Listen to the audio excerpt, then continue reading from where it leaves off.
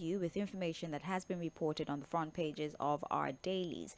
And so before we dive into the most recent stories, we like to more or less keep you aware of some of the stories that you might have missed over the course of the weekend. Now, I'll go through that story or those stories and bring Fouad Said on board so that we can begin to analyze the stories that we have for you today. My name is Sage Babalola, by the way. We're streaming live on Facebook and on YouTube, so you can join the live stream at Mainland 98.3 FM. You can also listen via Radio Garden. You can either use the app or you can listen directly on the Radio Garden website. And speaking of websites, we also are active. You can look at our websites, www.mainlandfm.com, and you see the option that allows you to listen to the program live through our website as well. Those are the plethora of channels through which you can listen to the program.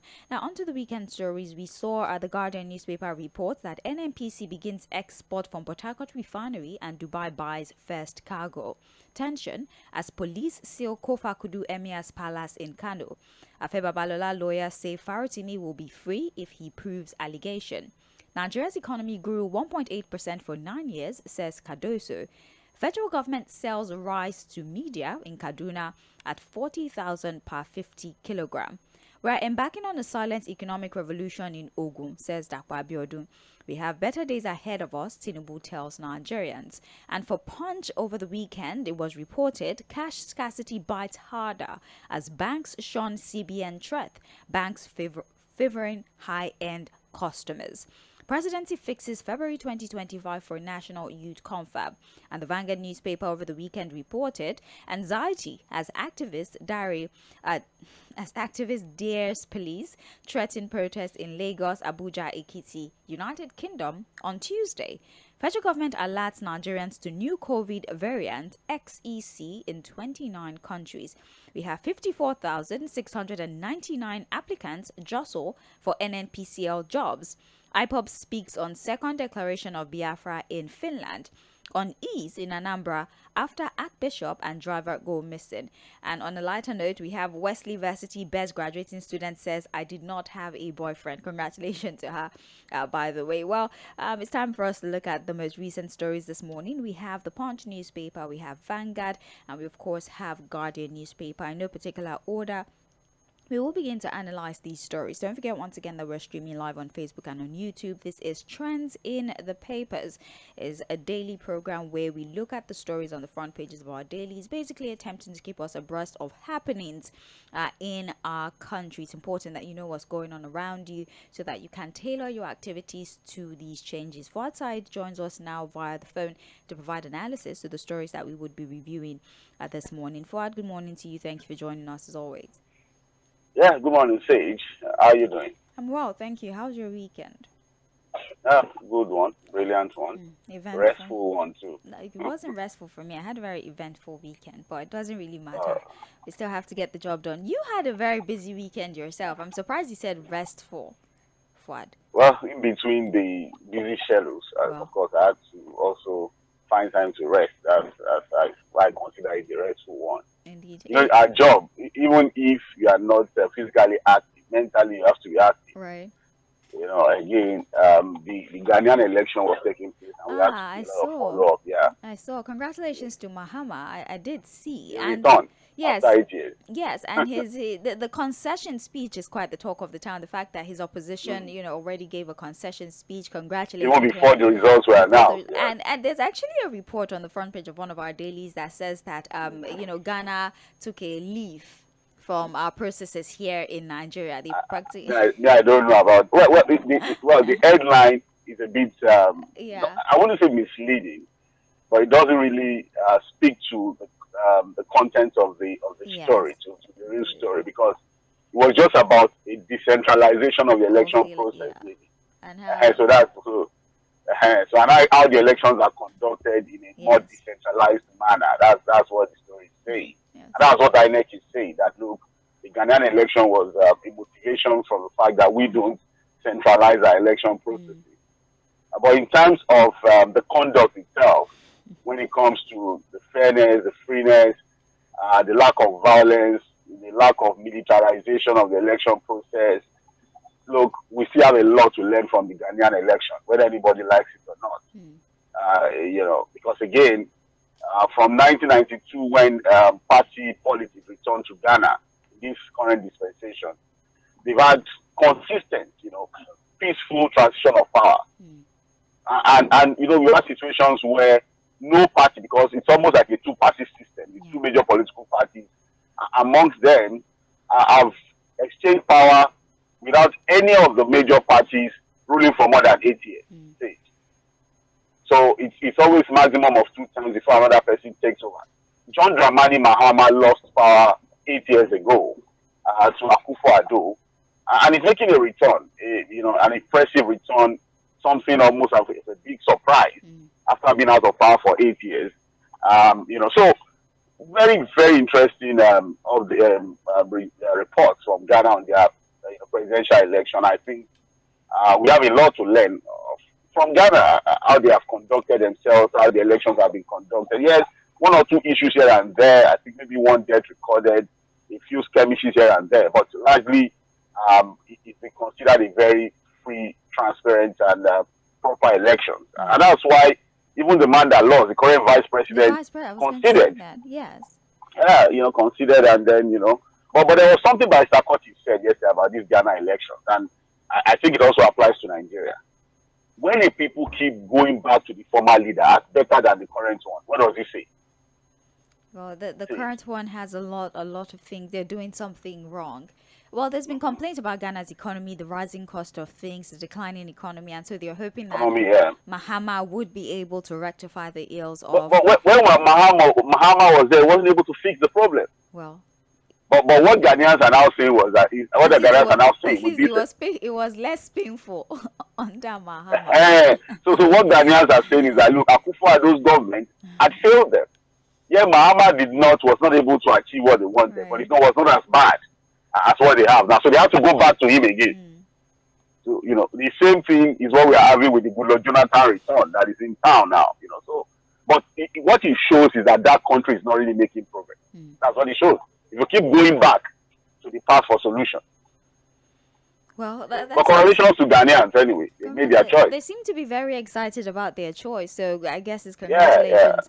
Congratulations to them. Anyways, let's talk about our own national issues. We'll be starting with the Guardian newspaper. We have the headline here, Measure Tax Bills.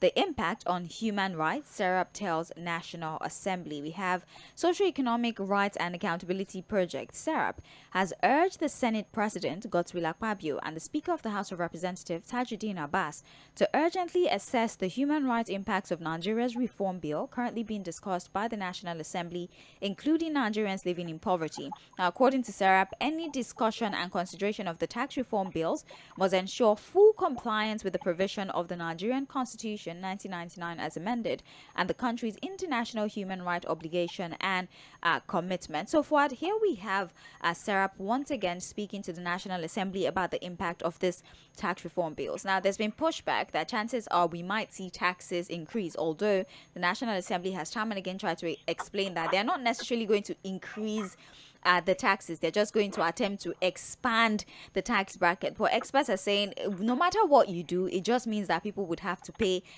more taxes. And so SERAP is calling on the National Assembly that with everything that you do, ensure that you're not violating any fundamental human rights. But then, Fuad, is it possible that implementing a policy, one will not offend a certain group of people, especially a reform like this one, the tax reform bill?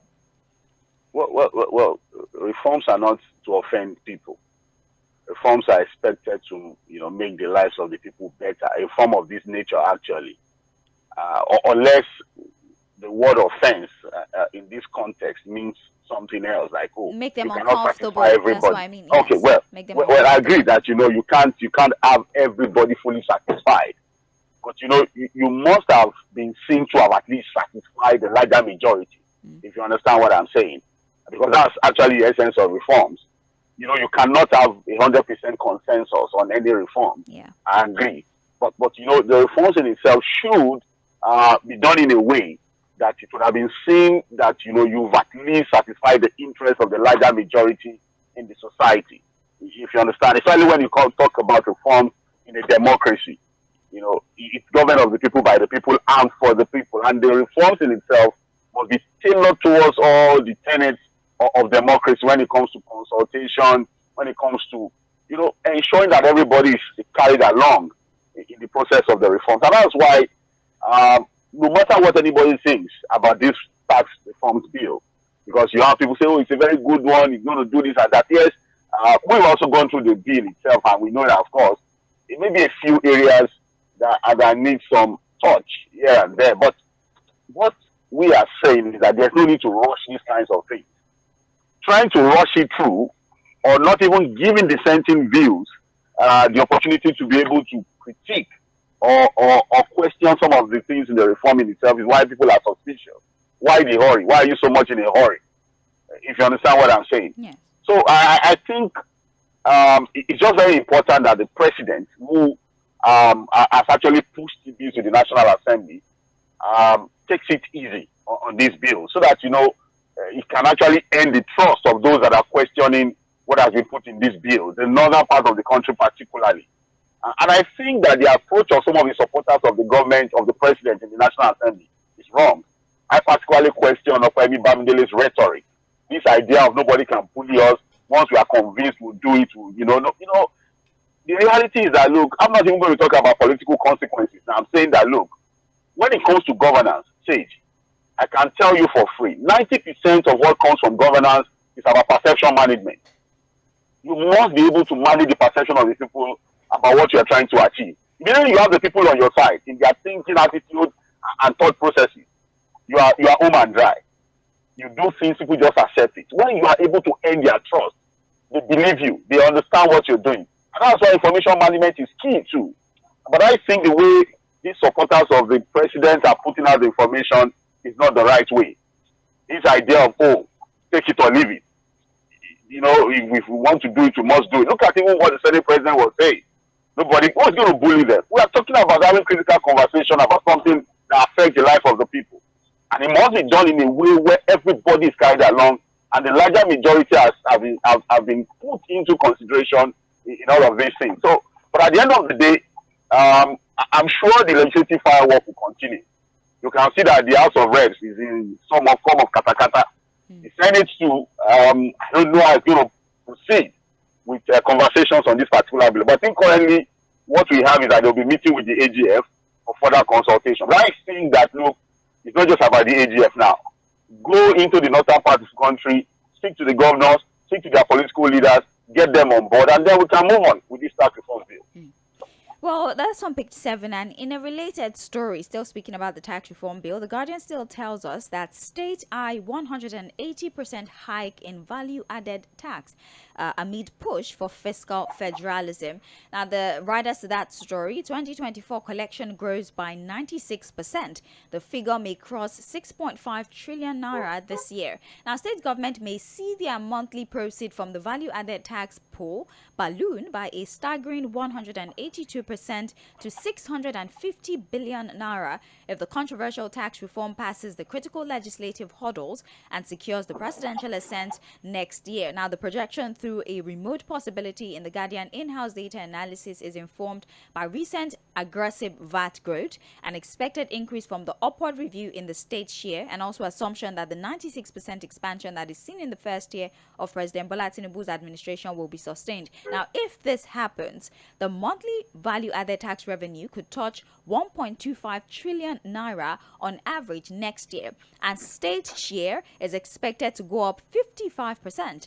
The subnational entities could pocket 650 billion on average every month, an astronomical rise from an average 230 billion monthly shares that the state has received this year. So, Fuad, further analysis on one of the provision of the tax reform bill, if it is passed. Yes, the Guardian is doing a future analysis or a projection of what will possibly happen to the allocations to state if this bill survives the push, especially by the Northerners. So we could see states go from receiving 230 billion to receiving a whopping 650 billion every month if they are successfully able to push for this bill, and also the proposal for VAT to increase from 7.5% to 10%. Fuad, do we believe that if states receive this astronomical increase in their allocation, it would ultimately translate to development in their individual states?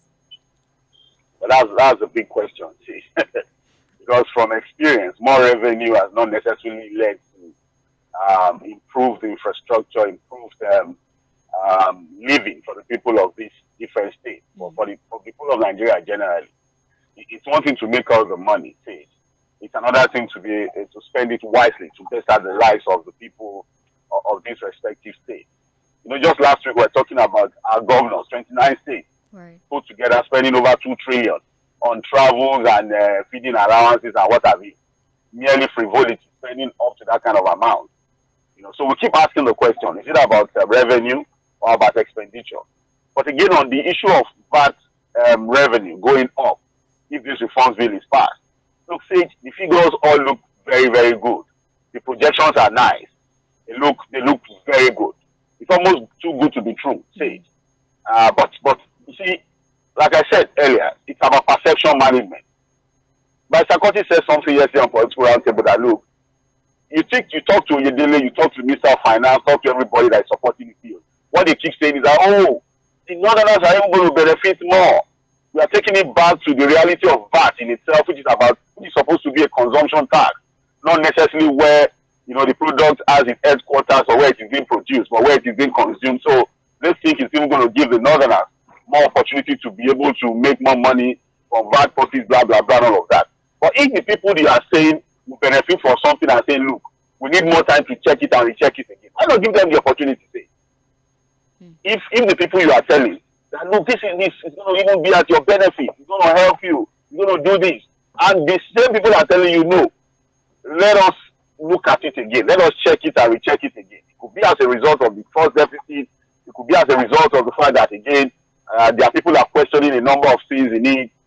Whatever it is, whether ethnic, religious, or economic considerations, I think that democracy in itself is about how widely you are able to consult people, carry them along, and manage their perception about policy. I think that's what we should do here. See. Well, that story is on page 6 of the Guardian newspaper. It still trends in the papers on Mainland 98.3 FM. I'm Sage Babalola. I'm here having a conversation with Fuad Said. We are reviewing the latest stories that have been reported on the front pages of our dailies, and we're looking at the Guardian newspaper specifically. The 2 stories that have been analyzed for now are regarding the tax reform bills and all the projections of how much money would be made available for the governors, for example, if we see an increase to value-added tax. We're moving on to other stories now. Let's look at the aviation sector. The Guardian reports Minister Operators FCCPC bicker over airfare pricing regulatory right. The writers to that story, aviators fault complicit NCAA FCCP interference. The CRA regulators shift to revenue collection. FCCPC cautions airpeace against obstructing inquiry. Now, the pricing regulatory face-off between the Federal Competition and Consumer Protection Commission, FCCPC, and Airpeace Airline took a more confrontational turn yesterday as aviators, including the minister, faulted the FCCPC for its meddling in aviation matters. Now, while the consumer protection body yesterday chided Airpeace for attempting to obscure ongoing inquiry into exploitative pricing and other violation of consumer right, Minister Festus Keyamo rued FCCPC's intervention without first consulting the Nigeria Civil Aviation Authority, NCAA. Now, similarly, experts in the air transport sector also bemoaned the NCCAA's alleged complicity in regulating airfare pricing, which they argued warranted the FCCPC's undue interference. The aviators acknowledged that fair pricing regulation was imperative and in the interest of consumers, but quickly added that such oversight functions are the NCCAA's statutory economic regulatory affair. I'll pause there for people who are a tad bit confused about this whole back and forth. Now, this is between Airpeace and the complaints that have been lodged against the airlines when it comes to undue pricing, unfair pricing, cancellation of flights without refunding the money. There's been a lot of complaints about the operations of Airpeace. Now, the FCCPC, that's the Consumer Protection Organization, right, in charge of of that, have decided to open some sort of investigation and inquiry into the complaint that has been lodged against Airpeace. Now, we have the NCAA speaking about the right or the jurisdiction of the FCCPC to even interfere in this matter. It is not in your purview. It is the function of the NCCAA to deal with issues like this one. But the FCCPC is also mentioning that Section 127 subsection A 1A empowers the FCCPC to ensure that pricing practices across all sectors, including aviation, are fair, competitive, and non-exploitative. So regardless of the sector, the FCCPC does have a right to inquire if a complaint has been lodged regarding any organization across any sector. But the NCCAA is still complaining that aviation matters should be handled by aviation agencies. Fuad, what are your thoughts? I don't disagreement. And I'm due respect to Minister Keyamo. I don't even know why he's questioning the rights of the FCCPC to intervene when consumers are complaining of exploitative pricing and other forms of violation. I can tell you that the consumer protection is in this case. I'm all in the world legally go into this matter. And what have they done? Say, what they've done is that, look, we have a lot of complaints about arbitrary price, fair pricing when it comes to Airpeace, which is now the dominant domestic airline in Nigeria. See, because how does unfair pricing come when you have a dominant player in a sector, gouging prices and putting unfair pricing out there? Look, aero contractors did something for the festive season. They've dropped, I think, their one-way ticket for a 1 hour flight below 100,000. Below 100,000. Yeah. I say Airpeace is below 100,000. And that's why if you read further, that story talks about, okay, what does it even take an airline to fuel an aircraft for a 1 hour flight? Oh, in one part of the story was said it will take about 6 million naira to fuel it for a 1 hour flight, whereas it was revealed by FCCPC that, look, it will only take 4 million naira. And so if you have a full flight, say, what is reported is that at 200,000 naira, you're already making about 24 million naira. So the calculation shows that, look, it's a bit exploitative. Whereas Airpeace is also saying, according to the report, that ordinarily it should be about 500,000 naira for a 1 hour one-way flight. And so if they do that, that means they'll be making like 60 million naira. Yeah. See? Whereas you only fuel the aircraft, let us even say you fuel it for 6 million naira. Yes, but with other considerations, salaries and other calculations. You see, the reality is that a lot of things happen when you have some form of semi-monopoly. Somebody just put out a tweet on social media, on X, and he said that, look, as it is, despite the high prices, airfares coming from Airpeace, their flights are still fully booked. Say that there was a flight that did half of the price going on the same journey that had only its aircraft half full. Whereas people are, again, and I say that when it comes to flying, the first consideration in the minds of the people, it's not even the airfare now. Safety. It's always the safety. The safety concerns. And if the way we have it, whether you like it or not, when it comes to domestic airlines in Nigeria now, Airpeace is still number one. They have what it takes for them to even, have the capacity to fly international routes and go into places where some of our domestic airlines can never even go to. It means that, look, we are operating some form of semi-monopoly as far as that sector is concerned. And that's why it's important for the consumer agency to go in and ensure that, look, we are not being, priced out of fairness.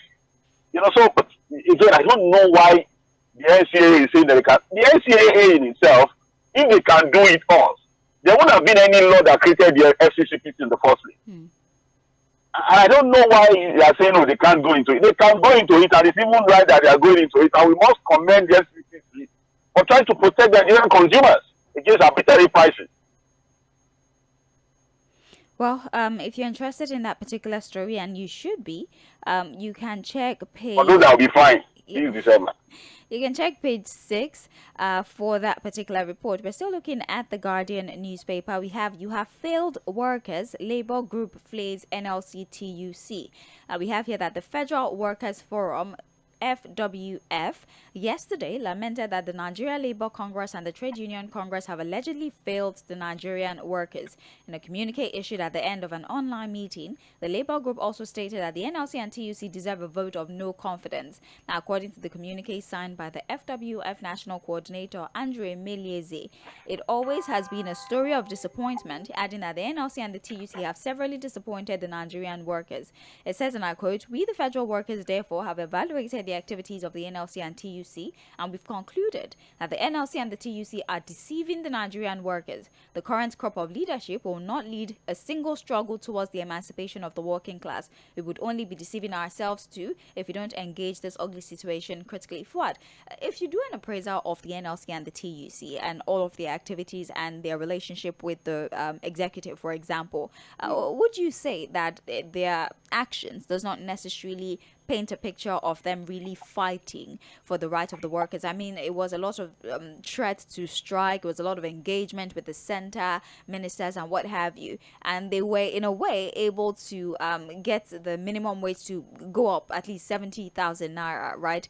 And states are even paying more. So, with all of this in mind, would you still say that the NLC, the TUC have been doing a terrible job at fighting for the right of Nigerian workers? Well, Sij, I think the moment the NLC and TUC leadership, this current leadership, lost it all for me was when they did that Bosa salute, when the president approved 70,000 naira for them. What was appreciation for? Which kind of somebody so you are looking for 500,000, you got 70,000, and you are doing Bosa. You don't understand. They have always been questioned about the current leadership of the NLC and TUC, whether they are just playing games with their members. Not their members and Nigerians generally. You know, they go into negotiations, they texting strike, blah blah blah. You know, sometimes they won't give a notice. You want to go outside, you give 2 weeks notice, so then at the dying minute, they go into one very funny negotiation with the government and then they call it off. See. And so people have always questioned whether it's all show. Just some form of show or motion without movement. But I've always given them the benefit of the doubt. You know, you see that in my analysis, you know, while the minimum wage controversy was raging, I'd always said that, look, we have to support labor, we have to. But when they now got to the point where at the end of the day, after all said and done, they got 70,000 naira minimum wage, and they were doing both as salute. I said, okay, I now understand. So at that point, I just gave up on them. And I'm sorry, I don't trust anything that comes from that quarters again. My opinion, my very honest opinion. So if some of their members are the ones now saying that, look, they deserve a vote of no confidence, that, look, they failed their workers, I think to a great extent or to a large extent, I want to agree that this current leadership of JᴏɪＲ and Osifo have not done well. I'm sorry. Because if you check their negotiation skills, their capacity to also hold the government to account, as against what we used to have under the former labor leaders, you understand that what we have now is a weakened, ineffective leadership. I'm telling you, you know. So that's why you see that there's a lot of discordant tunes. Sometimes they can't even jointly negotiate to achieve the same goal. It's all tacky really, when it comes to how they negotiate with this particular government. Whether it's a function of this government being smarter than them or not, I just think that, look, to a great extent, to a large extent, I think that the current leadership of the organized labor have not done well. Well, that particular story you would find on page 8 of the Guardian newspaper. So I'll just read the rest of the headlines that we have here. NCDC tells health facilities to intensify checks for SARS COVID-2 variant. So apparently there's a new COVID strain. It's been seen in 29 countries, but it's not been detected in Nigeria at all. But of course, we have to be proactive, be on high alert in case, especially now that it's migration, it's the festive season, people are flying in and out of the country. Is not here yet, but there's a new COVID strain that have been detected in 29 countries, and so we're putting health facilities on alert. Yes, what? Yes. And you think people are going to listen to this COVID variant story? I'm not trying to scandalize, you know, the information or say it's not important. But I think whatever the health experts must do, you know, the disease control agencies must do, they have to do. But my mind tells me that Nigerians are are not interested in any COVID variant story at this time. Nigerians are struggling to survive, and I think even with the last experience with COVID, I think globally there's an admittance of error in locking people down at that period. That it did not really help. In fact, there are people who said that scientists felt it was just a panicky, approach to the problem. That the fact that they even stopped people from moving around was the reason why there was a lot of widespread infection. That it was better if people were active and they could naturally just fight some of these things with their immunity. But I'm not a doctor, and I'm not going to be going into the efficacy or the questions around how COVID was managed, this lockdown thing or not. But I think that whatever we should do at the disease control level, we should do it. But most importantly, I think what Nigerians are thinking about now is how to survive. And this will be the least of their worry. Well, regardless, we still have to implore people to be careful, especially those who are leaving the country or coming into the country. It's on page 7 of the Guardian And newspaper. people with underlying health issues too. Yes, they're the most susceptible to the complications associated with COVID-19, even those with underlying respiratory issues as well. So we have here funding, weak political will bedeviling varsity system. There's an article here about how a lack of resources, a lack of political will is one of the primary problems that we have in our varsity system in the country. This is an old tale, I believe, is something that we've been aware of for decades. It's on page 8 of the Guardian newspaper. And finally, stakeholders tax state on 2030 family planning target. So especially for health coverage, Fuad, there's an initiative to ensure and support families to engage in family planning. If you can control the population, you'd be able to distribute amenities easily, especially with health. And in rural areas, they don't have access to family planning. That's why one family would have 50 children, and then there's not enough to cater to their health needs. So the government is pushing for family planning to ensure that at least there's enough health facility or amenities for each family in the country. It's on page 38 of the Guardian newspaper. That's not the excuse really why we're not even able to provide enough health care. Again, yes, I agree that we have to look at the issue of family planning. Yeah. More advocacy to let people understand that you have to plan your family, the number of children you give them, so that at least you can take care of them. But that's not the reason why a lot of the rural areas don't have adequate health care, facilities. It's just lack of political will for the leaders of the country to do the right thing, provide these things, and not just provide building, and ensure that they are well equipped to take care of primary health care needs of these communities. It's just that, look, we are not committed to doing these things. But I agree that when it comes to family planning, the advocacy should continue. It should even get more intense at this period. Well, that's everything we have for you on the Guardian newspaper. We're about to segue now to the Punch newspaper. It still trends in the papers on Mainland 98.3 FM. Don't forget to join our live stream at Mainland 98.3 FM is how you find us on Facebook and on YouTube. We're streaming live. And thank you to everyone who's currently on our live stream. And in fact, those of you that have started to drop your submission. Back to the papers. The Punch top story here. Lakurawa, Nigeria neighbors begin offensive against new terror group. DHQ vows to block security gaps as Nigeria, Chad, Niger hold joint military operations. Now, the Punch tells us this morning that the Nigeria Army and other counterparts in Chad, Niger, and other neighboring countries have commenced joint patrol to contain cross-border threats that is posed by Lakurawa terrorist group. Fresh findings by the Punch have revealed the collaborative effort aims to restrict the movement of the group, which has been linked to heinous criminal activities in the northern part of Nigeria and its neighbors.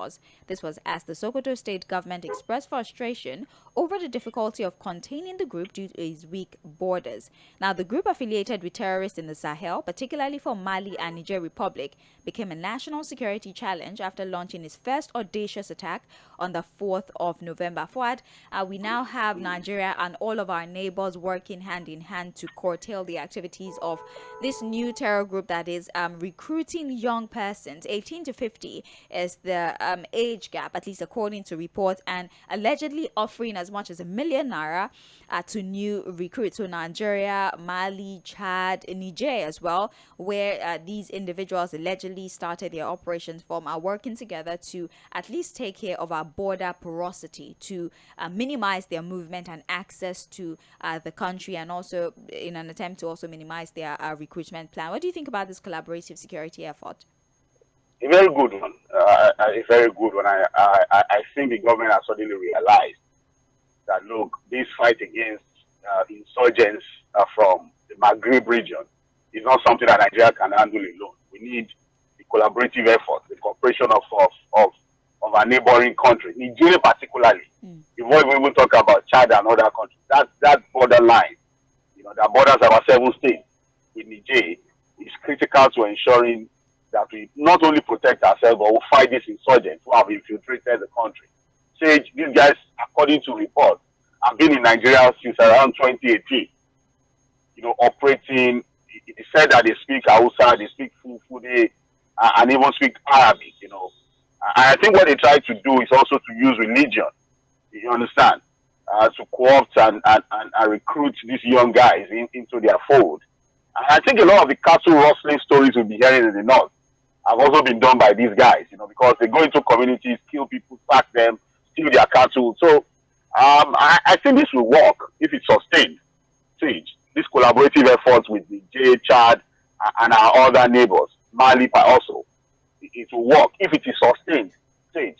Because insurgency is not a war you win easily. Yes. It's something that you have to continue to do and then continue to get better with. Because they're not going to back down. You defeat one group, some other groups come up again.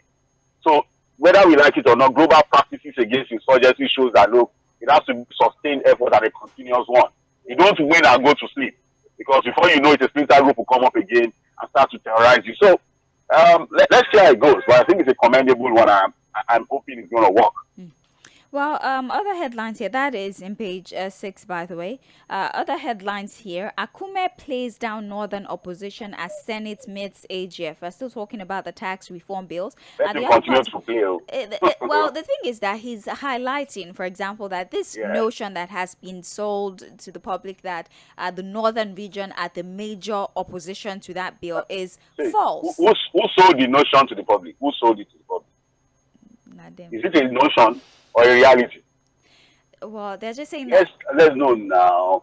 It's a bill that has torn the National Assembly apart for the first time. This 10th Assembly that we had viewed as a rubber stamp assembly.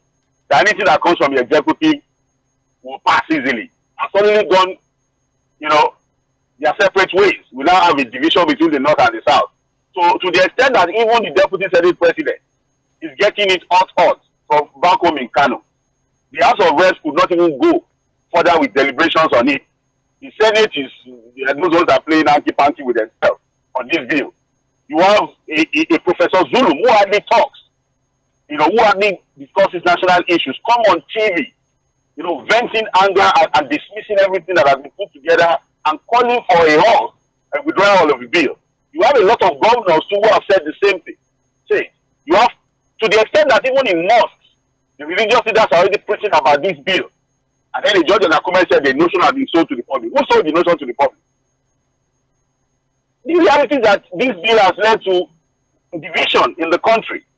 But it's not a problem, Sage. That's the beauty of democracy. We cannot all agree on the same thing. But, we can always disagree to agree. But to now begin to lie to ourselves that, look, the bill has not caused some division in the country, and that it was just a notion sold to the public, is where I have a problem with the SGF. Well, again, Judge Akume still insists that it is false. The notion that the northern leaders are the ones who are against it, yes, and that in fact he says that it's who and who that are against it. He says that I'm quoting now. There are others who are attacking the bills purely from the perspective of opposition politics. It is coming from the party in power. Therefore, we must attack it in order to gain support for 2027. But the truth is, I have also spoken to notable Northerners, and they are not against these bills. Some of them are religious people and leaders. Others are senior citizens of Nigeria from the North. So my candid advice would be that the final analysis will be going to the National Assembly, and if they have any comment to make, they can put it down in writing or whenever the Assembly decides to hold public hearing. So he thinks it's political and not regional. That is coming from the opposition. Yeah. Professor Babagana Zulum is of which party? Which political party? Is not the APC. Senator Ali Ndume is of which party? Is Ndume in Labour Party? Is he not the APC member? You don't understand what I'm saying. Well, he also says here that some of it is coming from the party in power. Sage. Okay, well, okay. Anyways, let's move on. Let's just move on. Okay. That's that particular report. There are other reports here, but they are more international stories. Trump plans mass deportation.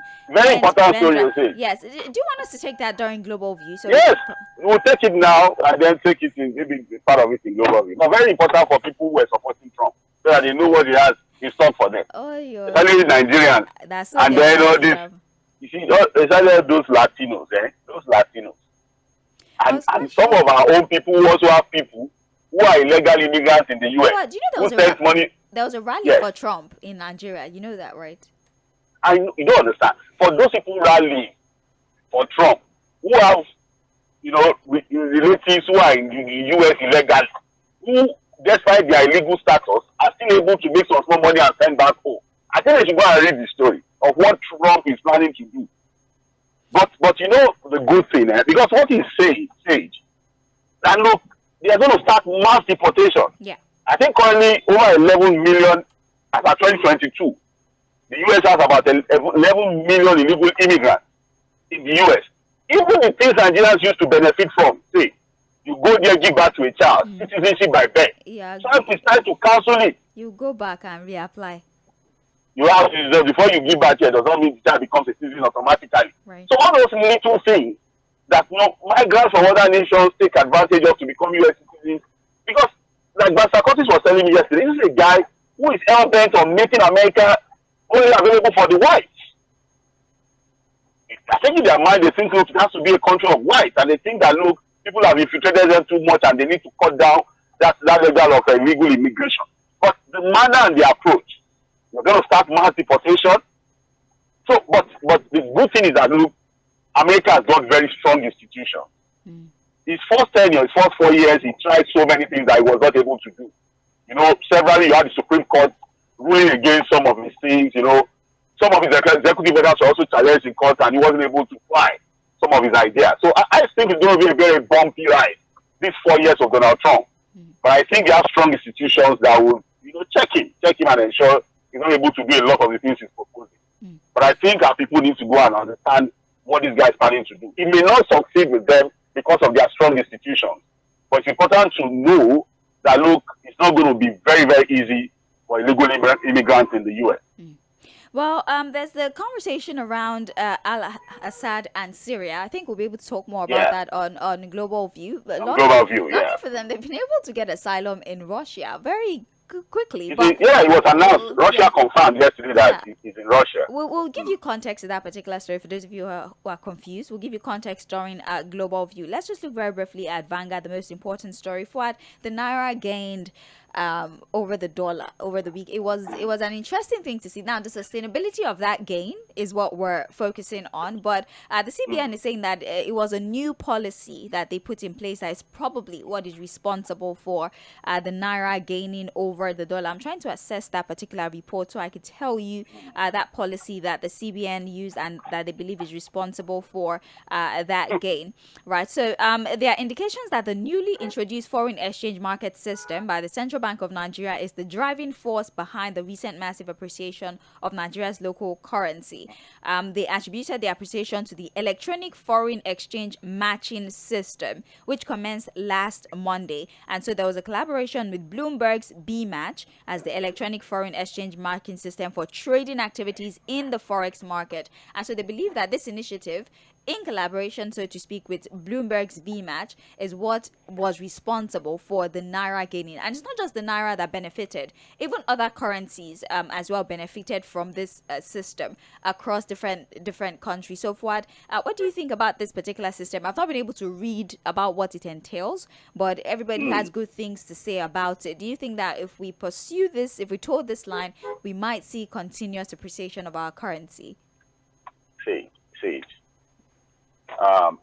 There was a time that we had a solid appreciation of the naira against the dollar. That one was artificial. We know that one was artificial. So what is this one now?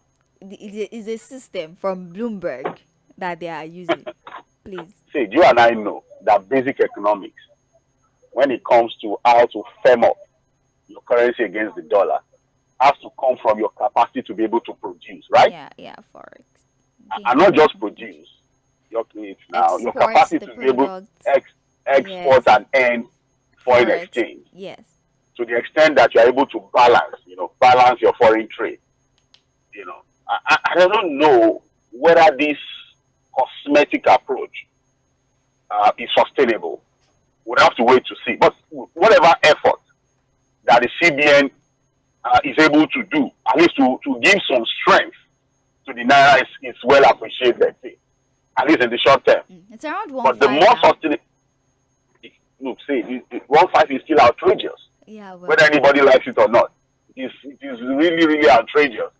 If I'm looking at where we're even coming from, under Buhari, it became several or something. I think with Goodluck Jonathan, if I get my analysis right, under Goodluck Jonathan, I think the highest we got with the dollar was around 350, 400. I think so. But under Buhari, as the time he was leaving, we were already shooting 750, 800. Right? But now we are shooting 17, we are talking about 15, and I'm not going to celebrate that, really. Until we see a more sustainable pattern to the appreciation of the naira against the dollar. But like I said, whatever approach that the CBN is using, to at least give some little strength to the naira, because it was scary, the extent of free fall we saw of the naira against the dollar. So it is appreciated. But I'm saying that, look, we should not tell ourselves all these lies, that whatever window or system is going to help us. We need to still roll up our sleeves, buckle our shoes, do the hard work, get into a production economy, so that we can earn forex to be able to, at least continue to further strengthen our currency against the dollars. Right. Well, let's just read the headlines that we have on the front page of the Vanguard. We have why Naira a massive, hold on a second. Anyways, why Naira a massive recovery race across all market by bankers is on page 21. There's another one here. Marketers may lift petrol from Port Harcourt refinery this week. They're hoping that if Port Harcourt refinery production goes up, then marketers will be able to access as well. What? I don't know. Dangote refinery too is saying that marketers. These are the information we should have now. Let me just read the headline. We also have Senate committee meets with AGF tomorrow for sit down, and we have the NIN modification. We'll talk about that. Nigerians narrate big experience as banks and NIMC trade blame. Maybe when we come back, we'll talk about that because we're due for a break. Thank you very much, Fad. Let's go on a commercial break. We'll be back at 8:44 Mainland Focus. Don't go anywhere. The Morning Express continues.